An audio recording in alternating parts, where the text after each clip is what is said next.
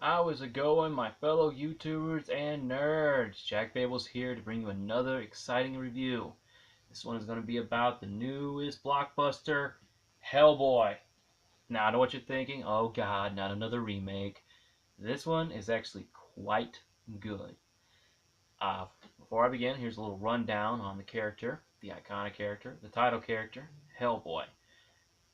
Imagine it's 1945, the end of World War II. The Nazis make a last-ditch effort to win the war by doing something so heinous, so evil, that even God would tremble. I'm just kidding. Well, it turned out it was very unfortunate for them because it turns out that the little demon they tried to summon turned out to be pretty good. Rescued by the Allied soldiers as they finished their little ceremony, Hellboy grows up to be one of the most influential and successful paranormal investigators, working with the BPRD, that's Bureau of Paranormal Research and Defense. As you can see, I'm wearing their iconic logo. Now, as for this movie, it's pretty awesome. I give it an A plus for three reasons. Count 'em, three. Number one, comedy. You gotta have humor in a story like this. And everybody's making a big deal because it's an R-rated movie and because of the gore. Let's be honest, you cannot have a comic book movie without some form of humor. And there's actually quite a bit of humor in the actual comic books written by Mike Mignola. And it is awesome. Now, it's definitely dry humor, like what the fuck kind of humor, like, snarky sarcasm, which is what Hellboy is known for in the comics, as well as the original, with the actor Ron Perlman playing him, but with the Guillermo del Toro movies. Now, second reason, because it actually stays pretty faithful to the comic books. Now, most people are thinking, okay, if it stays faithful, then it alienates the audience. That's in this case, it actually is a good thing because it's establishing a cinematic universe. It's sticking closer to the source material because Mike Mignola actually had more influence on the script as well as the writing, as well as even the special effects, the character designs, and everything, trying to stick closer to his original creation. And it was great. It did a great job, which leads into my second uh, reason, or my third reason, I'm sorry. My third reason that I love this is because of the acting. The acting is so natural, it's so humorous, it's kind of like, all these great actors and stuff. Now, granted, most of these actors, I can't pronounce their names, I don't know them, but they did a great job. Now, one of the characters, uh, there was some controversy with this movie. An Asian character, was actually originally going to be played by a white actor. Now, this is definitely one of those times which Hollywood definitely made a mistake, or they purposely made this mistake in order to get publicity. And the reason why is because in the comic books, this is an Asian character, and this actually does play into his identity.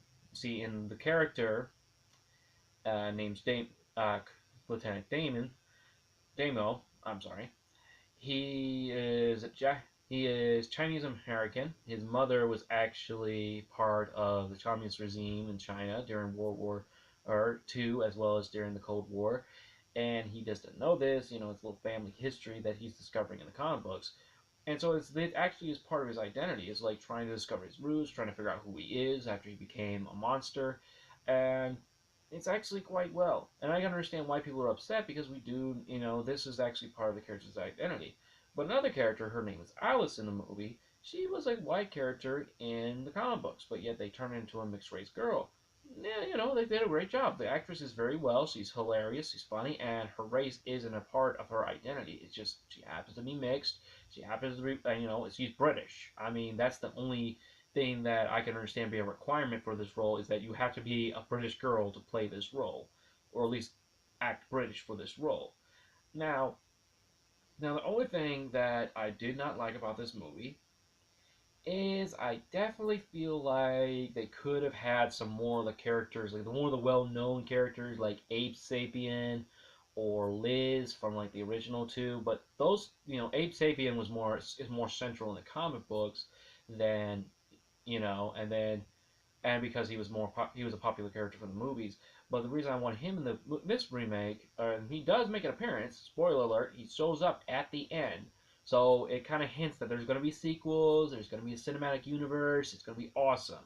Now, the reason I wish he played more of a role in this movie is because this movie is inspired by the last one called The Storm and the Fury, Volume 12 of the Hellboy trade paperbacks. This is, and it's basically the story is that Hellboy learns more about his origins. Now, this movie is technically an origin story, but it's not. It doesn't focus so much on the origins, it focuses on how people view him. Talks about destiny and fate and free will and how people make their choices and such. Now, and how prophecy doesn't really dictate your outcomes. You make your choices. Individuals make choices, not groups, not prophecies. You do.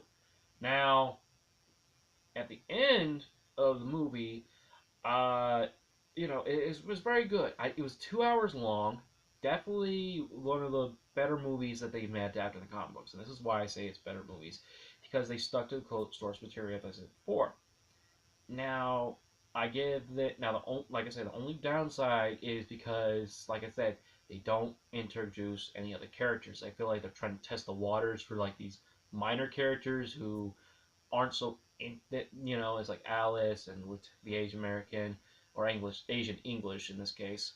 Uh, they're trying to introduce this universe, and most people know who Hellboy is, but most people don't know any of their characters. So it's kind of like they're introducing minor characters to kind of test the waters a little bit, and then introducing a major character like Abe Sapien, who actually does have his own spin-off series, as well as the Paranormal Research and Defense. They actually have their own series. Um, now, at the end of the day, this definitely is worth going. Don't bring your kids to watch this. It is pure gore. Now, depends on who your family is, of course. If you're the Addams family, you're gonna love this. But I think they overhyped the amount of gore this movie had. It definitely has. I mean, I felt like the PG-13 versions of Hellboy were just as gory, and maybe like maybe heads were being ripped off or and chopped off and stuff, but they still had a horror in it. And this stuff, like compared to the other R-rated horror movies out there, this is tame compared to that. I mean, Jaws, I mean, or Deep Blue Sea had less body parts being thrown around, or what's another R-rated movie I can think of? What's another R-rated? I really have to. Even Annabelle didn't have as many body parts thrown around, and yet that still got an R rating. Or The Conjuring, or any of those horror movies, yet they didn't have body parts thrown around like in this one. It's nowhere near as bad as people can say. And it's like they overhype the gore. The R rating is justifiable on language alone, which that's good. It's stuck closer to the comic books. It brings that humor that is Hellboy is well known. Now, at the end of the day, all I could say is, go watch it. I recommend it. It's definitely great. And if you don't like comic book movies, well, you can still watch it just because you like science fiction and horror movies. Because they have every kind of monster you get to were leopards, vampires, little goblins, a pig demon, even ugly old Baba Yaga, the Russian witch. Ooh, she freaked me out. Again, like I said, go watch it. I recommend it. This is an A+ movie. Until next time, you all have a wonderful day.